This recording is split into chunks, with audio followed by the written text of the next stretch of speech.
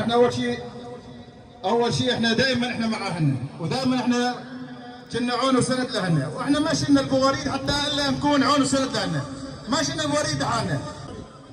احنا شلنا بواريد حمايه اهلنا وشعبنا. نحن دائما كنا مع اهلنا بالافراح، باحزانهم، بالامور اللي تصيبهم، ان كان بالزلزال، ان كان بمرض السرطان، ان كان بغيره، ان كان بكل الامور، احنا دائما معهم، وما لنا مني، هذا واجبنا.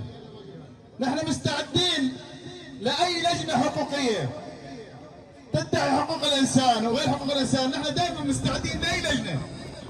بالعكس احنا بدنا لجان تفهم حقوق الانسان. لو في لجان تفهم بحقوق الانسان كان حاسبت هالحيوان من الحيوان بشار اسد. تكبير! لو في لجان تفهم بحقوق الانسان كان حاسبت كيف يضرب المدارس، يضرب الاطفال والاولاد الصغار. فهمت شلون؟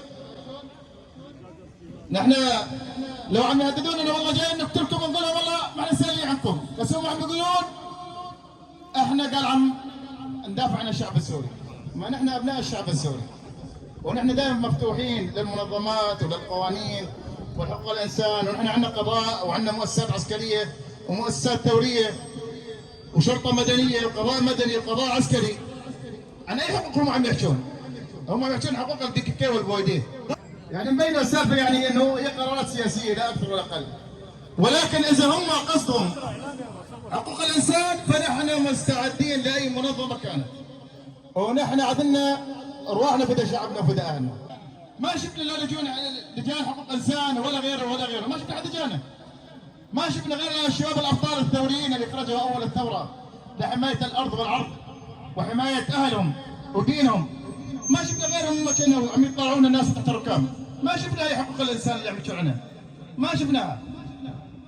ما شفنا لجان حمايه البككه والهويديه اللي يضرب اهلنا ويفجر اهلنا ويضرب المدارس ويضرب الاطفال، ما شفناها. ما شفنا لجان حقوق الانسان تبعهم ضد بشار الكيماوي اللي بدقيقه يقدروا يسقطونه. ما شفناهم. ما شفناهم لما بيساوون ظلم، كل انواع الظلم من مخيم الهول على اعراضنا وعلى اطفالنا، ما شفناهم عم يحاسبون الطفل